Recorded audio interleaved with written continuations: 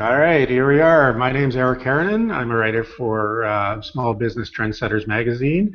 And today I have a very special guest with us, a man I've known for about a year now, Jeff Ludy, who is the owner of Houston Window Experts. Jeff, you there? Yeah, thanks, Eric. Glad to be on your program. All right. Let me just tell you a little bit about Jeff before we get. What I'm going to do here is I'm going to grill him with some questions, insider stuff. But before we do that, I want to introduce him. Jeff's been in business for a while, and he's one of the nice guys in the business. And recently, he's been featured on such places as NBC News, CBS News, Worth Magazine, I believe, as well as the Boston Globe. So he's starting to get some good media recognition. So I want to have him on here and just, like I said, just grill him about what's going on and maybe give us some insider information as to how people in Houston can choose replacement windows. So thanks, Jeff. Thanks for being here, and congrats on your success. Well, thank you, Eric. Looking forward to seeing how I can help your viewers, learn about replacement windows. Okay, excellent. Now I do have a full page of questions for you here, Jeff. Hope that's okay. Sure, that's no problem. All right, first one I have to ask you is, how long have you been in the business, actually? Well, I started in this industry in the 80s, a little bit differently than I'm doing it now. Right now I deal primarily with homeowners and homeowners who are building new homes or replacing windows. But in the 80s, I was actually at the other end of it. I used to sell to people like me. So I have some wholesale experience. And then about 5 years ago, I got into it in this capacity, dealing directly with the end consumers. Oh, excellent. Excellent. And now I have to ask you this question as well. Now, Jeff, how would you say you're different from your competitors? Because I hate to say this, but some people in the industry are a little bit dodgy. They complain about a lot of things. How do you kind of differentiate yourself from other people doing business in your industry? Well, Eric, that's a good question, and I think one of the things that's important for people to understand is that there are a lot of good options for buying windows for your home, but there's just as many bad options. And it's typically not a bad window as much as it might be a bad installer or a bad company or something like that. But one of the biggest things I hear from my customers why they chose us for their window projects is because of our large selection. Most window companies have one brand that they really endorse. This is the best window in the world, and you're going to need this window. There's not a better window, and they trash everyone else's product. Well, we're different than that. We have 18 major brands, including your big brands like Anderson and Marvin and Pella and Milgard and Simonton's, and the ones that have brand recognition, because we're not trying to isolate you to our window. We're not trying to keep you from being able to compare us to someone else by giving you an obscure brand name you've never heard of. We want you to be able to look at our product, review it, and understand it online, and know whether or not it's something that you want, and if we're charging a fair price. And so that makes us different. In fact, I like to put it this way, Eric. The Ford guy says Chevy sucks, and the Chevy guy says Ford sucks. Well, we're like CarMax. We have Ford, we have Chevy, we have Mercedes, and you can trust us to be fair and honest. We can give you a good price. Excellent. Excellent, Jeff. And so, knowing what you know about the industry, could you offer some things that consumers should look for when they're trying to choose not the type of window, but the actual window contractor, what they should look for, kind of questions they should be asking? Well, Eric, you asked a good question. I want to answer the first part that you didn't ask, which is, what about the window? Yes, there are a lot of good windows out there, but one of the important things to do is to make sure that the window really does work for your home. I can tell you, half the equation is finding the right window, and the other half is finding the right installer. And there's no doubt that if you get, you get a great installer can make a bad window work pretty good, but a bad installer can really screw up a great window. But you've got to find the right window. And but as far as finding the right installer, there's a few things I like to look at. Number one is experience. How experienced is this installer? I mean, yeah, he might have slept at a Holiday Inn Express last night, and that might make him more qualified than if he didn't sleep at all. But the real key is, how long have you been doing this? Not how long you've been doing it, but how long you've been doing it and doing it well. And we have in our group of installers, our lead installer is a guy named Jeremy Devereaux, and he is only one of 4 AMA certified master installers in all of Houston. And so that's a big deal. I mean, just like you can be a master plumber or a master electrician, you can be a master installer, and when we have one. And so we get called out for the tough jobs. You know, we get big jobs for famous people and delicate items and things that are, hey, this is critical. We've got to get it done right. And you know, we get the same benefit to any of our homeowners that deal with us. Whether you're putting in one window or you're putting in, you know, a castle of windows, installation is going to be very, very important. Now, when you say he's one of four, Jeff, I would imagine that the competition in Houston is pretty big. You'd have a lot of people that you'd be choosing from that pool of to be one of four is pretty impressive, is it not? Well, yeah, I think so. But I will say this, you know, being a master installer doesn't mean you're the only good installer in Houston. Don't get me wrong. There are a lot of really great installers. In fact, on our installation team, we have 5 guys, and we only have 1 master installer. Of course, he's supervising the other 4. The other 4 are terrific window installers. I mean, you should see them work. But what we're saying is we don't just say we're good at this. We go to the extent to say, let's train. Let's be trained by professionals who do this for AMA, the American Architectural Manufacturers Association. Let's be certified. And there's some qualifications, some standards that are pretty stringent to be a part of that group. And so, yeah, are there great installers? I'm sure there are. But how do you know you're getting one? That's the real question. How do you know? Because let me tell you something interesting, kind of an insider secret a lot of people don't really understand. That's what we're looking for, Jeff. Yeah, most of the replacement companies don't actually have their own crews. I mean, they don't have their own crews at all. They've got this big, long list of subcontractors that they've vetted and say, okay, these guys meet our standard. And what they'll do is on Friday afternoons, they'll put out a list of all the windows that they have coming up next week to be installed. They're in the warehouse, they're ready to go. They'll put out the list. They'll say, here's all the jobs we have next week. And then the lowest bidder wins the jobs. So what's happening is this. The guy who's got a probation payment due next week, or he goes to jail, he's going to way underbid the job to get your job so that he can have some work so he can make some money. Well, the problem with that is he's not going to be very good at what he does. If he is, he's not going to be very well paid at what he does. So he's going to want to cut corners. He's got to be in a hurry. He's got to have 5 jobs next week, you know, really big ones in order for him to make these payments. And so it just works totally counterproductive to getting the very best, you know. And most companies overcharge for their stuff, and then they underpay their installers. And so you're the one in the middle with the biggest spread and the biggest risk. And it's really a bad thing for our industry, and I'd like to see it stop. Yeah. Now, I never knew that, Jeff. So if I was a consumer and I ask somebody if they have their own contractors, not contractors, their own employees, I guess, are they obligated to tell me the truth, or do they have to disclose the fact that they're using outsourcers, basically? Well, there's nothing that requires them to tell you the truth, no more than our government tells us the truth. But I guess that's another interview. If you're a judge buying windows, you know, maybe you can make a guy, you know, under oath tell you the truth. But the case is that most of the time, most people, you know, do subcontract out that work. The best way to know these things for sure is to check up on their references. In other words, you know, just say, look, I'm not saying I don't believe you about all these different claims, but I'd like some drive-by addresses. I want to drive by and look at your work. I'm not going to go up to somebody's window and stare in the window, but just drive by. I want to see, you know, how does it look from the street? Does it look like they did a good job? Maybe you can give me a job, Jeff, that you're working on this week. I'd like to drive by while the installers are there. I mean, you know, kind of get a real view into what's happening and how they're doing it, and what does their truck look like? What do their crews look like? And then talk to homeowners who've had these experiences and say, you know, I'm thinking about using Jeff with Houston Window Experts. Is everything he says he is? Were his installers as great as he said they were? You know, get that confirmation from those guys. That's the only way you're really going to know.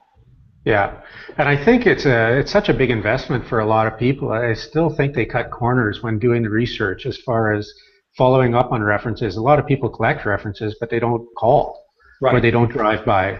You know, I always found that very strange. Yeah, well, what I do is I give my customers a list of 10 names, and we rotate the names on the list so people don't get too many calls or emails. But it'll have the name, it'll have the phone number, and the email address. No address, no street address in that particular list, because, you know, we want them to give the person inquiring permission to drive by. We don't give out your private information. But these are people who said, Jeff, put me on the list. I'm an ambassador for your company. Let them call me. Well, since I include emails, what I tell most of my homeowners to do is just do a BCC email to all 10 names. Just say, hey, I'm thinking about using Jeff. What are your thoughts? How was your experience? And you'll get 5, 6, 7, 8, or 10 responses sometimes. Different opinions from different people, different parts of the city, different types of windows, different types of projects, totally different budgets between all 10 probably. And that's the best way, I think, is to just send somebody an email and see what the response is. Yeah, and it speaks volumes about your company to have those kinds of resources to go back to, the references. A lot of people, I'm sure, your competitors, not to name anyone, but probably only have 2 references that they can call on, and they're just using the same 2 for every single job that comes in. They may not even be legit references, right? Well, that's true. And then I also think that it's not just one point of reference, because maybe I've got a lot of really nice customers that really put up with me. Well, I do, but they don't just put up with me. I do a good job also. But you can dovetail that into reviews on Google, reviews on Yelp, reviews on Angie's List. If you get a pretty consistent reviews in your searches on a particular company or a window, they're probably all true. If you get 1 or 2 that, oh, this restaurant's horrible, never eat here, but there's 300 reviews that give it 5 stars, well, then you know that it's probably going to be likely a restaurant you'd want to eat at too. And so I say it's that overall due diligence on your part. And hey, one more thing while we're talking about due diligence and just protecting the consumer. There's a lot of fly-by-nights take your money and then they split. You never see them. I always tell my homeowners, if you're not completely comfortable or completely sure about what you're about to do, then pay for your deposit, your down payment, with a credit card. If you pay somebody with a credit card for your deposit on having your windows done and they don't show up, they split, you're not out a dime. That's where you call your bank and say, hey, this guy never delivered. So Yeah. you've got to think safe, because there are some snakes out there in that grass. Yeah, that's a good tip too. So Jeff, you kind of answered the question that I had for you next, which was insider tips for choosing a brand of window. Well, I guess I kind of did, but I think one of the things you can do, it goes back to this driving by thing, is maybe when you get out in the neighborhood, you go take the dog for a walk or you drive around, if you see windows on a house you like, you'd be surprised how many homeowners tell me they pull over, they get out and they knock on the door. And they say, Mrs. Smith, I'm sorry to bother you. I'm not trying to sell you anything. I live down the street over here. I walk by here every day with my dog, and I love your windows. What are they? What brand is this? What did you? And then who'd you buy them from? And were you happy with that? And so I think that's a great way. I get calls all the time. Seriously, probably at least 2 or 3 a week. Somebody says to me, I'm looking for a specific window. And the reason they even know which window they're looking for is because, a neighbor or a friend or someone else had that particular brand put in. And that I love that kind of customer, because at least they put me now in the right aisle of the grocery store for them. Okay, so you like the Anderson window. Okay, well, look, you might want to consider the Milgard product also, and I can give them, 2 or 3 choices. I'm all about A, B, C, or, bronze, silver, gold, depending on budgets and things like that. And that's really the best way to find the right window, is compare. There's no other way to do it. Yeah, and it's not always just about price. Exactly. I'm just looking at my list of questions. I want to say something about price real quick. I found that price is on everyone's list, but it's not always at the top of the list. Right. It's on there, and it might be a real close number 2. But I don't care what price my window is. If it's not the right window and it doesn't fit, you're not going to buy it. So price is never number 1, but it is definitely, very close to the top of the list for people. I tell people, when they find the right product and they find the right installer, the price is fair, that's the 3 things that they need in order to make a good decision. And that's my target. I come in and ask people, what are you looking for? I try to listen. I know I'm talking a lot today, but it's because you're interviewing me. But I try to listen and say, tell me, what are your goals? What do you see? What do you see around this neighborhood you like? Have you looked at any windows you like better than others? And that helps me be able to help them. If I can help them and I can do it at a fair price, I get the business. Yeah, and I guess the nice thing about your business too is when you have 18 different brands of windows, you've got that, I would guess that you have an entire range of pricing that you could offer as well, right? Oh, absolutely. And, sometimes people hear the word Anderson and they think, oh, Anderson windows are real expensive. And yes, Andersen does make some really expensive windows, but you know, Andersen has 7 product lines. I mean, they have a kind of an introductory product line. It's a great product. It's called Fibrex, and it's very competitive with your vinyl manufacturers who are selling windows at, you know, tremendous value. So don't let a brand name persuade you to buy. Don't let a brand name talk you out of buying. Investigate, compare, see the differences on paper, and, you know, hold the window, take a look at it, and see which one you like best. Excellent, Jeff. I think we've hit all of the questions I had on my list. Is there anything else you want to add? Any inside tips, any advice that we haven't already covered? Yeah, I think the only other thing I would say to help people, you know, choose wisely and not get burned would be get everything in writing. You know, I mean, we've got in our industry some of these guys that are roofers, and the roofing business has been terrible in Houston since, you know, the Hurricane Ike, which was like, what, 6 years ago now? So, Yeah. you know, the roofers are like, well, what are we going to do? We have nothing to do. Well, how about if we jump into the window business? You know, and they might be great roofers. It doesn't make them for good window installers. Yeah. A lot of times they don't know what they're doing. You know, they don't know that the door that's in the bathtub, or the window that's by your bathtub, has to be tempered. So they put in a window in there that's not tempered. And you don't know it either until you go sell your house and the inspector says, oh, this window's not tempered. So I say, get it in writing, have it clarified. These performance data numbers that people brag about, our window has a U factor of such and such and all that. Maybe their sample window does. Is your window going to have it? I mean, how would you know? It's got to be in writing. And then when the windows do show up, they're supposed to have this big sticker on them. It's a big sticker that no one's supposed to remove but the homeowner. And it confirms all of the data on that sticker that was on your quote from this company when you signed an agreement. You know, the agreement says you're going to get this kind of window, it's going to be this kind of glass, it's going to have this kind of performance data. This better match.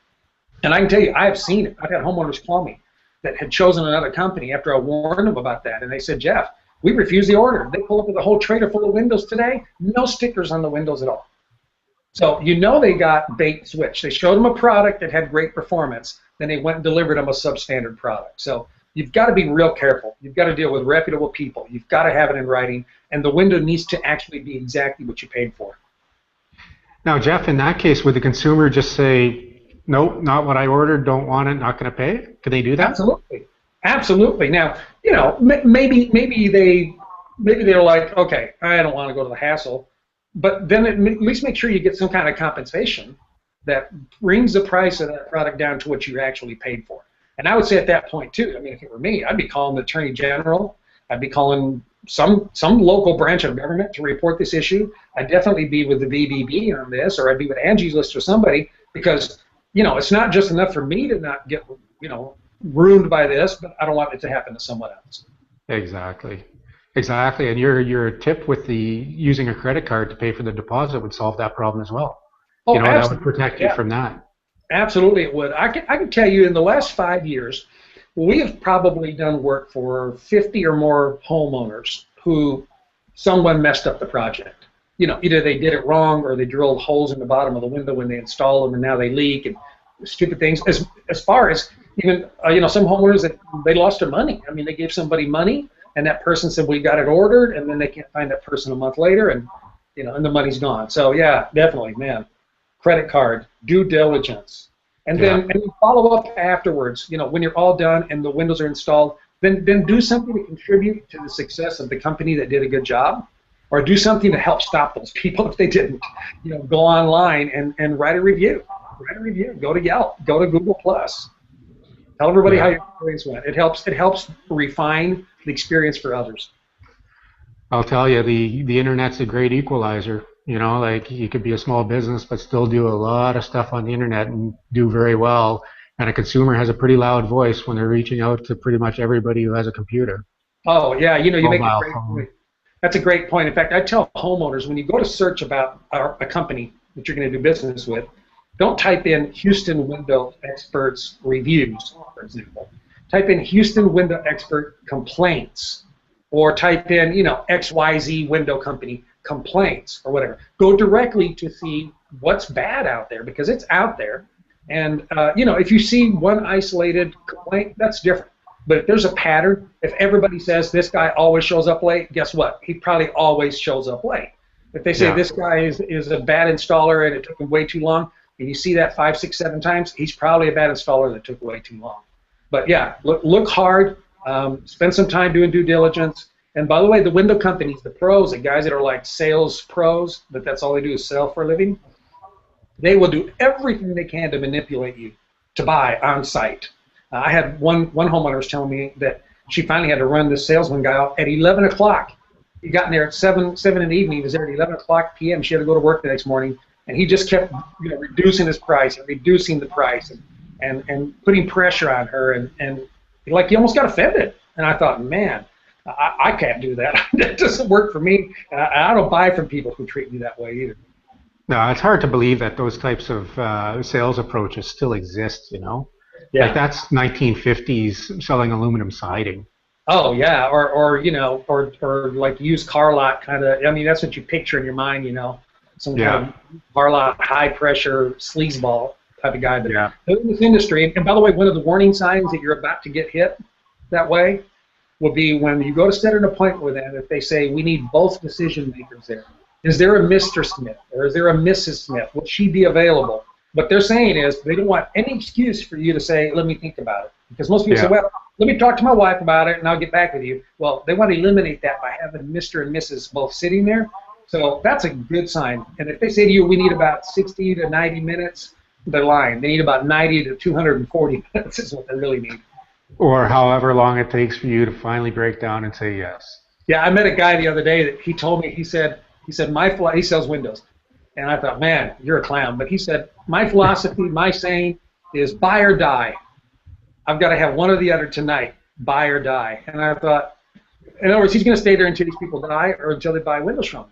And I don't do that. I go out, I present, I give it to you in writing. I'm my own boss or somebody would fire me for doing this, but I don't even ask for the business. I figured if I've got what you want, you're going to buy it from me, You don't go to the grocery store and the manager follows you around trying to push eggs on you and why you want this egg, not that egg, and then what's it going to take to get you in these eggs tonight,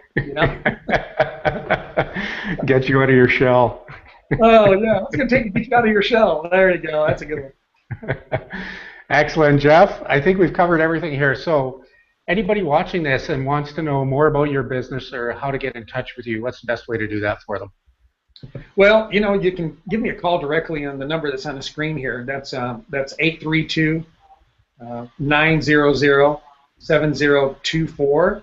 That's our office.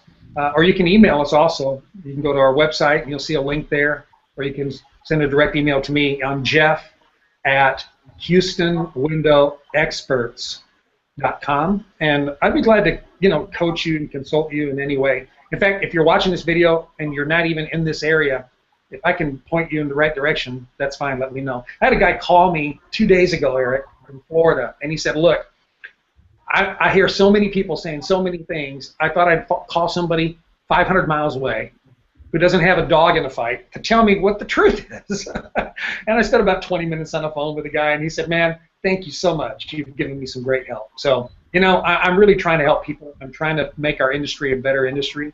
And if I can help you wherever you are, by all means, give me a call. Of course, if you're here in Houston, we'd love to have your business. Awesome. Thanks so much, Jeff. I appreciate your time. And anybody watching this, feel free to get in touch with Jeff. I've known him for about a year and a really stand-up guy. Thanks so much for watching, and thank you, Jeff. Thank you, Eric. Good talking to you again. We'll talk to you soon.